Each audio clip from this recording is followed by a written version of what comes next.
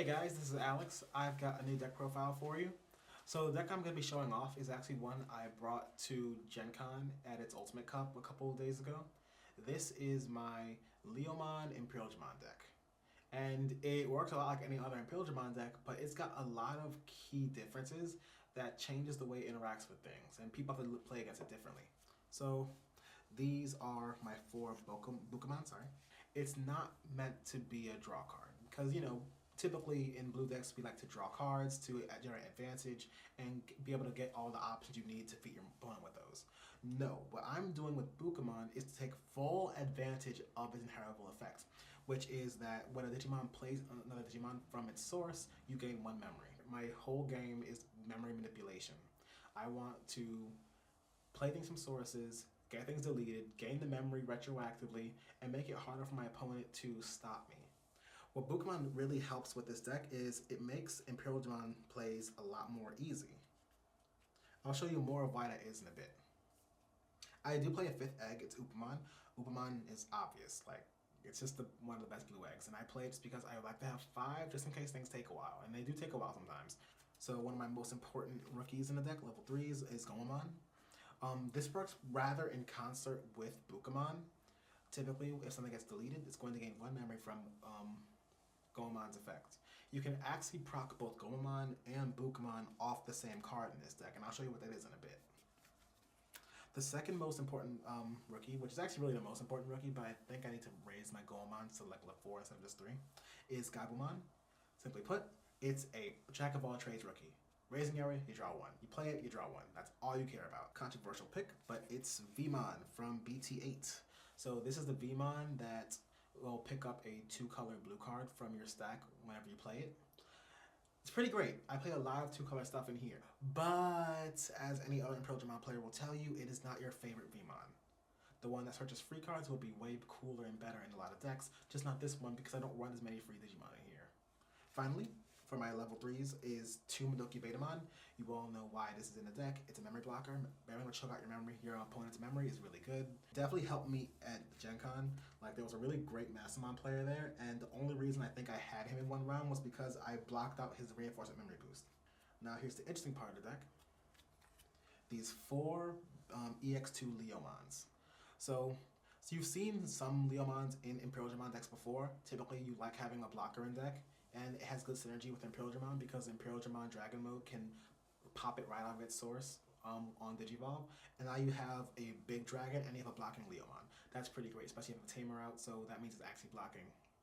And what's cool about Leomon is, besides just being a blocker, it's also going to have an on-deletion effect where it draws you a card and gives you 2 memory.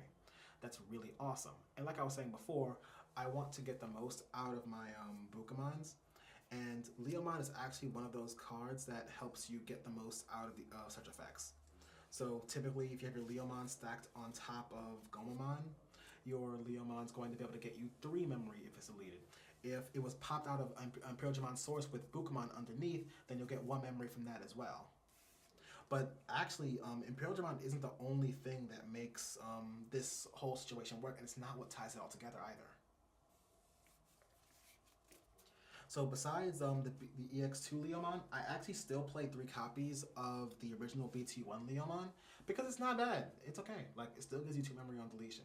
It's a little bit stronger. That's pretty great. It costs the same too, so that's pretty great too. And by having these 2 different Leomons, they have the same name, but they have different stat lines. So you can dodge a lot of effects that could target multiple Digimon if you have one of the 2, one of each out. So it's pretty cool having them. And like I said, the same synergies that this Leomon banks off of is what this one can give you too. You still get a draw. It's okay. Not getting a draw and not having a blocker isn't the worst thing in the world. Just increasing your Leomon names is really important in this deck. And the reason for that is because I play 4 Leomon X Antibodies. This is the thing about this deck. It's an amazing card. Beautiful card. So what it does is, all turns, when it would be deleted by battle, you can play a Leomon out of its sources. That's it. A very simple effect. What you keep in mind here is, it doesn't stop deletion. That's a little sad, right? Maybe. But what happens when you have a Leomon X Antibody with Bukamon underneath and Goemon underneath? happens is that, oh yeah, and of course you need a Leomon in there as well. So this is a very ideal stack, and it's not hard to get, but it can be easier if I play my Goemon at 4 like a smart person might have. I didn't do that. So when you do this with Leomon X Antibody, it's going to play the Leomon from your source. Pokemon triggers because this guy hasn't left the field yet. This effect is not an on-deletion effect. It happens before deletion. So you play the Leomon and get your memory. Then you lose your Leomon X Antibody, and the on-deletion effect to gain 1 more memory activates. So, this way, when you activate your Leomon X Antibodies effect, you gain 2 memories and play another Leomon from your sources. That is great value, and I love it. It has a very good use in allowing you to get to your Paildramon plays a bit easier. Because of that interaction, you're able to really punish your opponent for thinking they were starving you out of memory. And you sacrifice swing a Leomon X Antibody, gain 2 memory from that interaction. Then you have 3, and that way you can plop out Stingmon. We all know how Stingmon works. You want to have 3 memory out. If you have a blue Digimon out, then you can play him for only 3. It gets punished hard by Psychemon, by the way. Be careful about that. But the cool thing about Stingmon is that it's a very cheap green Digimon to play and get a lot of advantage out of thanks to its heritable. And in this Leomon deck, this one can play Stingmon even easier than your typical Paildramon deck because of the retroactive memory gain you get from your Leomon interactions. You can easily sacrifice a Leomon to get what you need to play a Stingmon. Just be careful and don't just sacrifice a Leomon, get the memory, and forget you need that Leomon for your DNA Digivolve after. That's a dumb thing I've done before. I had to polish out of that. But yeah, it's a great card. I played at 3 in here. You could play it at 4, but I'm thinking 3 just because I don't want that many Stingmons. Just enough that I have enough greens to play. Final level 4 in the deck is Leomon. Because, well, you gotta finish the game somehow. This is not no TK deck. This is not quite just a control deck either. It's more of a rush deck, and you gotta make sure that you're able to finish your opponent off when the time is nigh. And you play enough Tamers in here where Leomon is going to be very useful. I play him only at 1 because I don't really have the space for 2 at the moment, but 2 would be fine too, I believe. You can also use it as DNA Digivolve fodder. That is totally fine. I would try to save it if I were you, but hey, that's your choice. Now that was it for my level 4s. Now we're going to move on to level 5s. And you shouldn't be too surprised about what you see here. I play Chimaeraman at a full 4. And there's a good reason for this. Chimaeraman is the, in my opinion, better DNA Digivolve target for this specific deck than Paildramon. That's because I play a slightly higher number of blue Digimon over green Digimon, and that means Pyogerman may not be ready to come out as much because of all the Leomons I play. And that's okay, because if you make Chimaeraman with 2 Leomons, you can still pick up a Leomon X Antibody from your trash and slip it right underneath your Chimaeraman using its digital effect. And then your Chimaeraman now has 1 of each color again. That's important because typically you're going to be turning your level 5s into a Paildramon Dragon mode, which is going to pop 2 things out of your sources. And you want to have 1 of each color when you do that, otherwise the value is not really there. So yeah, there's a lot of good interactions here, and I love it, I love it, love it. And because that's 3 colors, you get the minus DP by 3k on your opponent's entire board. That's really useful. It definitely helped me out of weird situations in tournament. Not to say I won that matchup because it was Armor Rush, but hey, I came really close to winning it. Final level 5, Paildramon. So I run it at 3 because I don't think I really want to run my level 5s at 8 because this isn't that kind of deck. It's supposed to have a nice wide low end, mostly level 4s and level 3s, and have only a couple of the top end that you get into on the mid-game to late-game side. Typically, you like to rush into your top end the first time just to get your board nice and wide and have a lot of on-deletion effects and blockers out to mess with your opponent. That's really handy. But Paildramon is really important because it's a big part of your control game. This deck doesn't really pop things that often, or bounce things to hand for that matter. So you want to give yourself a way to handle your opponent's board, and Paildramon is a perfect Digimon for doing it. Putting a 6k or lower on the bottom of your opponent's deck gets rid of blockers, gets rid of memory chokers, gets rid of all kinds of floodgates. You're really good if you can get this out when you need it. Being a multi-attacker, it can also push you towards your endgame faster. It's a little bit unsafe because you're not playing XVmon in here, which means you're not attacking with Gem and you're just a little bit of an 8K here. That can die. So you have to make the decision, am I going to swing once, twice, or not at all? And sometimes all three of those answers are the right answer. Like, it's helped by knowing the matchups and knowing when to swing and when not to, it's been the difference between victory and defeat. Now we're going to move on to level 6s. I don't run too many, but I run 3 in Paildramon Dragon modes. So back when I ran this before, I didn't run as many because I liked Fighter mode more for the control element. But Dragon mode is important because I want to get my Leomons back out on the board as soon as possible. The moment they're sucked into a DNA Digivolve Digimon, they are no longer active. If I lose them from that stack, their effects don't go off. I want their effects viable. So in Pyogerman Dragon mode comes out, it plays a Leomon and a Stingmon, or it plays 2 Leomons, whatever the numbers have to be, you get your board back. It's awesome, it's great, and when you combine its effect with Bukamon, you're able to basically Digivolve this for 3 instead of 4, which means you don't pass turn. Combine that with options like Hidden Potential Discovered, you can do even more stuff with this deck. You already know that, and Pyogerman is nutty, and this deck stays nutty, even the Leomon variant. What happens is you make in Pyogerman Dragon mode, you get your 2 level 4s, you Digivolve again into a Chimaeraman or a Paildramon, and you keep the punishment coming until they lose. It's an excellent, excellent fast strategy. But there are counters to it, and because there are counters to it, I play my Pyogerman Fighter mode at 1. Pyogerman Fighter mode is a very important card to have in these decks, and I didn't put it in at first, but I realized there were certain things I just couldn't do. I needed more control for my deck, and I needed things that I needed a way to take care of some mega level Digimon. Some level 6s, you're just not going to be able to touch in this deck. But with Pyogerman Fighter mode, you can. And he's a multi-attacker. This is also a game ender. It's kind of crazy how useful this is. Even at 1, it is an excellent Digimon. You like seeing it in security because it can just kill something big. It's pretty great. You like seeing it in hand because you don't have to look for it anymore. You don't like seeing it in deck because then you gotta look for it. You don't like doing that either. But this card is great because you run your Chimaeraman at 4, which means when you DP minus something by 3k, it can make something really big and something really manageable that your Pyogerman Fighter mode can just swing over. Because your Pyogerman Fighter mode can swing twice, and on its first swing, it can untap itself and tap your opponent's Digimon.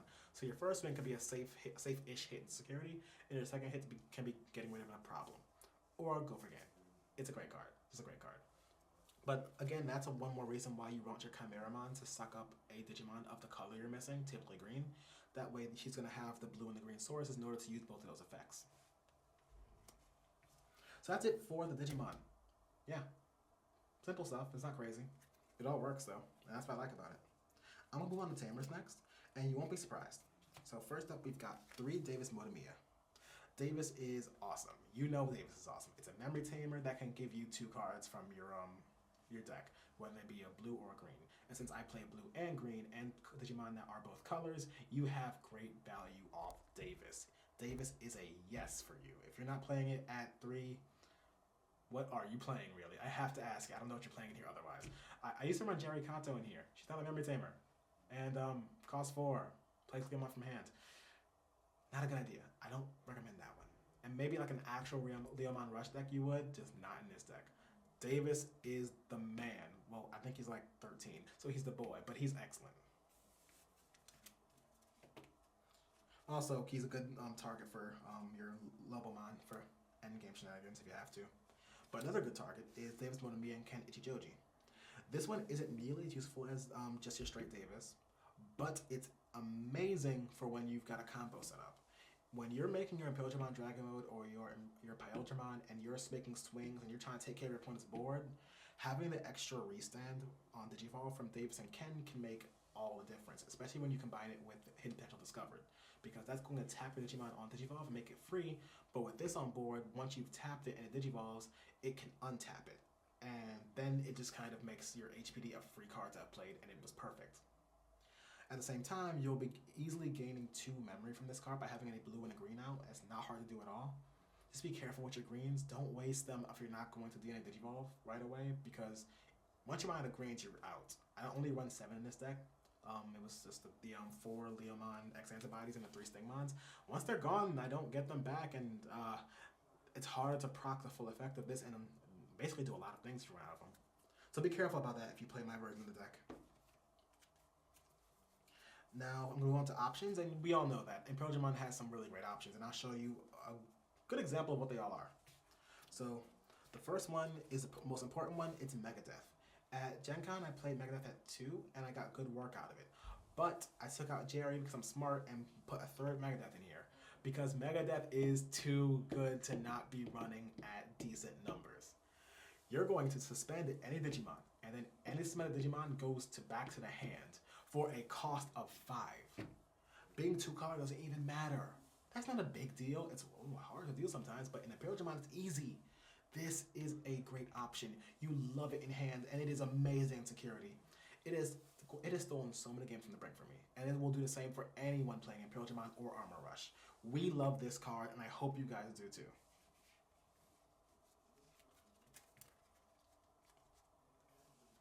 Now we're going to go on to more tech cards.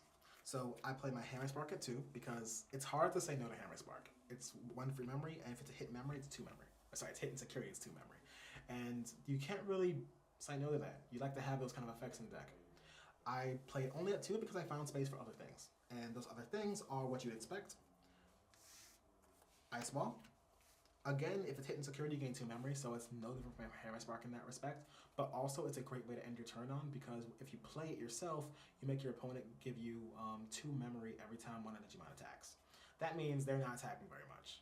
That's pretty great. You can restrict your opponent and keep them from going for game, which could give you game on the next turn. Which, with this deck, it's very possible to do that. I love Ice Ball. It needs to be hit. It's too strong. I love it at 1 anyway.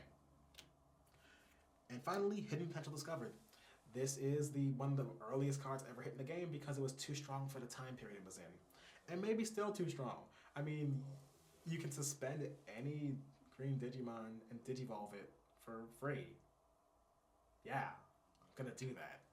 And in this deck, all you're gonna do is basically make Paildramon with Dragon Mode with it, and you don't care if you suspend it, because once you've made Paildramon Dragon Mode and you've taken 2 things at your sources, that dragon's done. You don't need it anymore. It can die for all you care, because you wanted the 2 level 4s. You wanted a nice wide board. If they out that dragon, that was the wrong thing to out, because that dragon is a lame duck at this point. And HPD is one big way of how you do it. It makes it free. It makes it all free. You make a free Dragon Mode and keep that 4 memory, you're going to do a lot more in that turn, and you can do some nutty stuff. A lot of this deck enables combo play, and I've boiled a lot of points with this deck because of the little combinations I'm able to do. I'm able to fight out of 1 or 2 memory in ways they don't expect. I'm able to bottom deck cards, put stuff back in hand. I attack often. I can be tricky to remove. It would be tricky to remove my stuff. This is an amazing deck. I love this Leomon and Paildramon deck. I don't even know if there's a good name to call this deck. I just love it, and I hope you guys too. So thanks for watching my video.